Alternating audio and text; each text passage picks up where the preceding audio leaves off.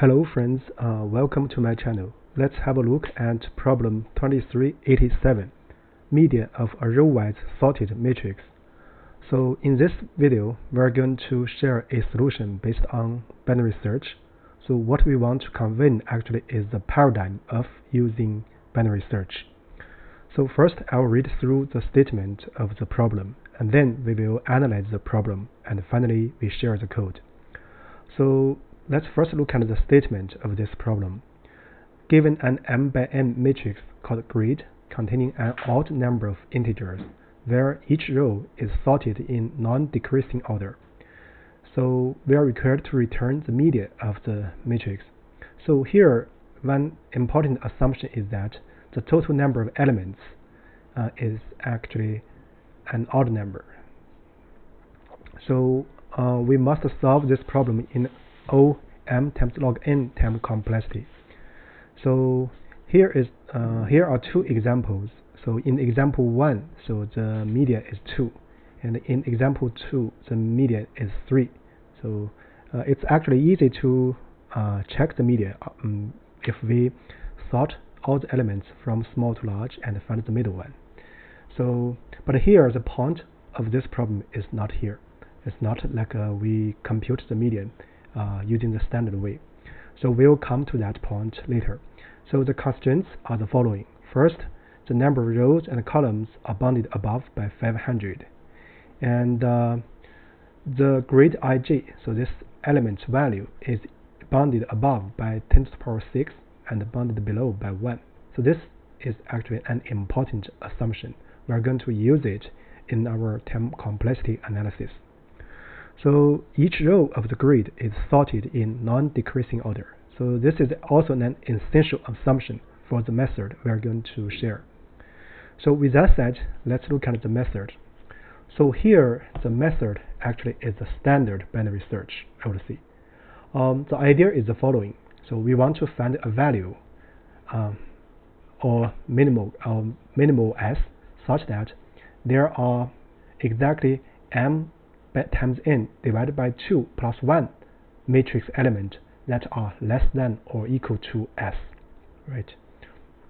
So that's the overall goal or idea. So the procedure is the following. So first, we're going to write a function called fulfill, which is a Boolean function and returns if there are at least m times n divided by 2 plus 1 elements in grid that are less than or equal to s. And then we are going to use binary search to find minimal such s. So such an s must be the median.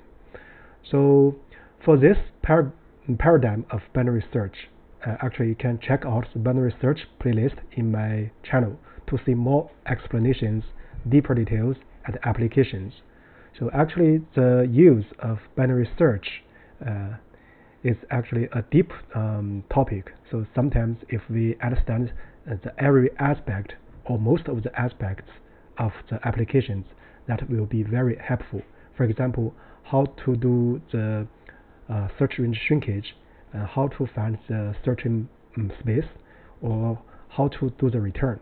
All these questions are actually essential. Sometimes can be tricky. So the interesting point here is that for step 1 above, actually we can also use binary search. The reason is simple, because each row of the matrix is sorted.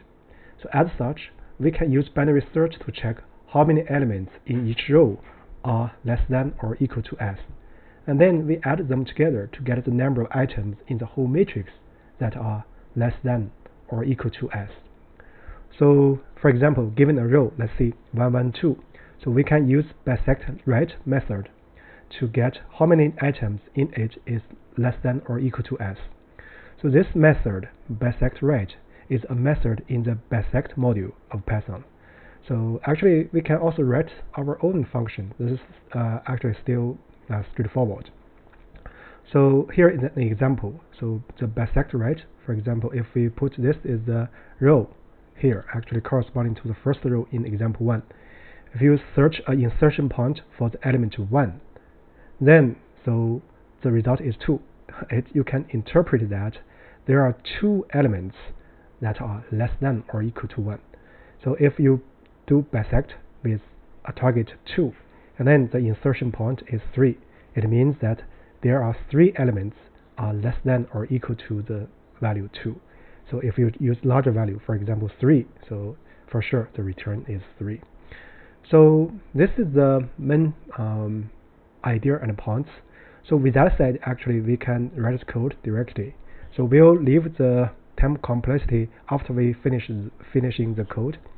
The code actually is very standard and very straightforward. So I'm going to split the solution into two parts. First is write a Boolean function and to produce order or monotonicity. So this is actually very simple. So we are going to implement this part, right? So what we do is the following. So let's define fulfill. I'll call this function fulfill, and the input will be a threshold value. So we are going to check if there are at least m times n divided by 2 and then plus 1 elements are less than or equal to the threshold value s. So here let's initialize a result variable, and then for row in grid, then we're going to search the insertion point. That is, so let's do bisect right. So we're going to use this row, and then the threshold value is the given s. So this is the insertion point. It's actually can be interpreted as an index. So we're going to increment this result by this return. So if bisect right row and s equals some idx, it means there are idx elements in this row that are less than or equal to the threshold value s. So afterwards, so we just need to check if the result is larger than or equal to m times m divided by 2, then plus 1, right? So the reason we are checking with m times n divided by 2 plus 1 is here. So let me first specify this m and n. So the length of grid, and n is the length of grid 0. In other words, m and n are the number of rows and number of columns in the given matrix called grid. So here we are going to use half plus 1 element. For example, you can think of this. So if we want to compute 1 to 3, so the media is 2, right? So if we do the check, so we want to find some s that such that there are 2 elements are less than or equal to that threshold. 2 is nothing but the length divided by 2 and plus 1. You can regard this plus 1 as representing the media value itself, or count a media elements. So that's the function. Let's comment this out. So this is very short, right? So next we are going to do binary search with the preparation of the Boolean function. So first we are going to locate search space and do search range shrinkage. Actually, both the two are very important, and do proper return. So we'll specify all the 3 points. First, notice that because the elements is in between 1 and 10 to the power 6, so the media should be also in the same range. So we can actually specify low and high for the binary search to be 0. 0 is 1 minus 1, just make it a little bit larger. So 10 to the power 6, so let's plus 1, just for include everything. And then we're going to do the standard binary search. So well, low, less than high, right? Then we're going to do the middle. The middle will be low plus high minus low divided by 2. So here divide is integer division. And then we're going to check if fulfill made. If this is true, it means that if there are at least the correct number of elements that are less than or equal to the threshold value. So because we want to find the minimal such values, so we're going to set high equals mid, right? So this way of setting high, notice that the high will always satisfy this fulfill function, or fulfill high will return true. So this is one case. In the other case, so if fulfill mid is not true, in other words, so this is not true, so we need to make the threshold a little bit smaller. So because fulfill mid is not true, so mid is not a right value, so we're going to set low to be mid plus 1, right? So this part, this is the search range, and this is the search range shrinkage. And then what's the right return? The right return will be the high, right? Because of the way we do search range shrinkage, because the way we set high, because fulfill mid is right, it's true. So if we set high equals true, so the true value mid is still in the range.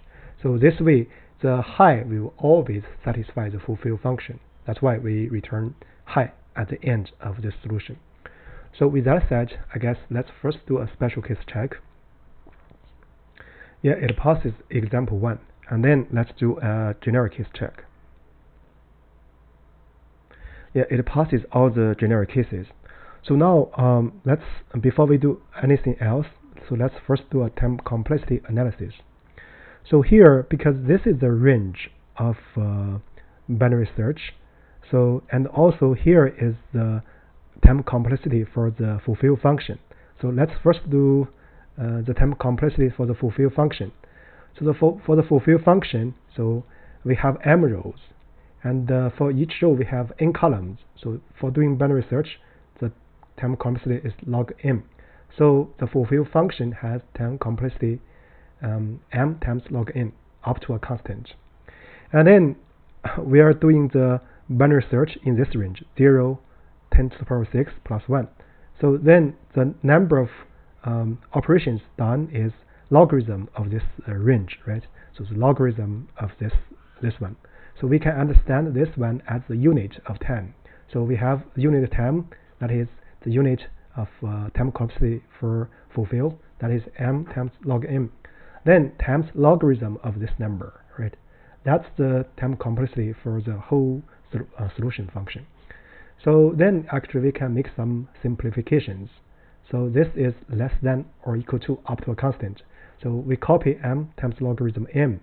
Then this is roughly 10 to the power 6, right? Logarithm 10 to the power 6. And then so we can put this 6 in front of this logarithm. So we get m times log n times 6 times logarithm 10. So in the rigorous sense, we can use e or 2 as the base here. So let's use 2 just to make it have more room. So we will have m times logarithm m. So log 2 10 is less than 4. So we can have 24. Anyway, so it's m times logarithm m. So the overall term complexity is m times logarithm m. So that's actually a full solution to the current problem. So before we end the video, so actually we can make several remarks. First is that this paradigm of using binary search is very routine. Actually, it's the general cases for using binary search. So if you have you're not very familiar with this way of using binary search, you can check out the relative videos in my playlist or other videos in my channel. So with that said, I guess that's the end of this video. Thank you very much.